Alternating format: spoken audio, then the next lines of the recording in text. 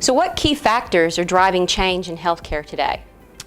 We see four factors that are really driving change today.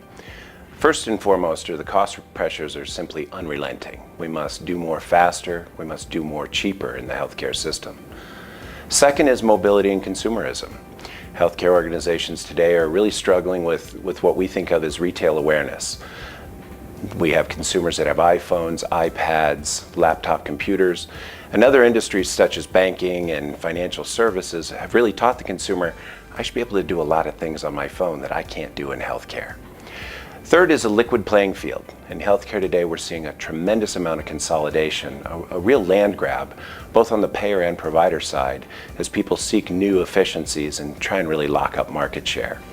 Fourth is just the movement of risk. We're seeing risk move from traditional payer environments down into the providers, and indeed even forming new types of organizations. Can you explain what you mean by movement of risk? I can. When we look at the market today, payers are not competing with just payers anymore. The risk is moving from that traditional payer environment down into the providers and really creating new types of entities. What we mean by that is the traditional insurance risk was held by the payer, and what we're seeing now and what we believe is that the risk is moving down into what we think of as risk-bearing organizations, or RBOs.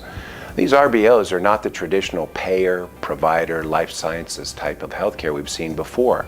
The movement of risk has created new and different types of organizations. The advent of value-based care and that movement of risk is creating these new kinds of organizations, these new kinds of shared risk arrangements, and really new and different kinds of RBOs. We see these new RBOs as having an ever-increasing risk profile, with more and more risk coming into them, and a real variance of just types of organizations holding the risk than we've seen in the market before. So how do these new RBOs become successful? The successful RBO is really the one that can turn data into information in the quickest, cleanest, and most secure way possible. And it's not just turning data into information, it's then getting that information out into the provider workflow and getting it to the clinician at the point of care where really the decisions are being made.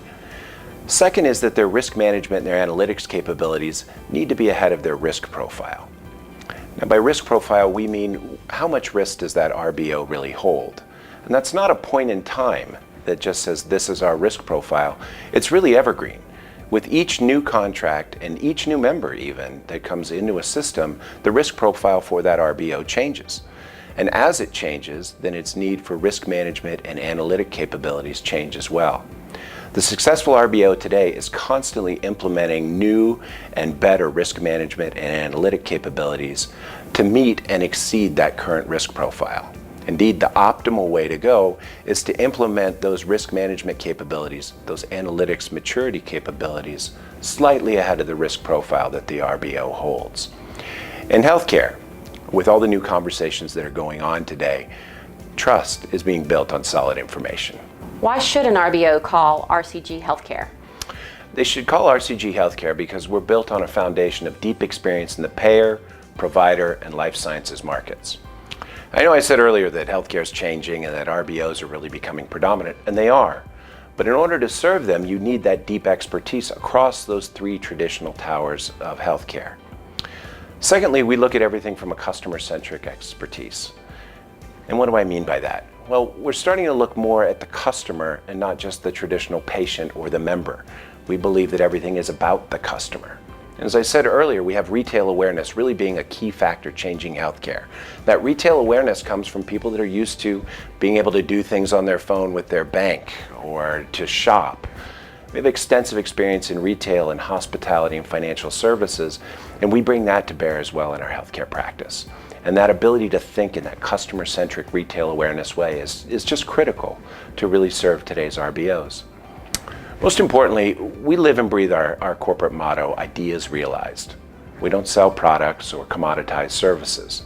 We sell solutions. We take the client's problem, we fix it, and we operate it until they're ready to take it back in.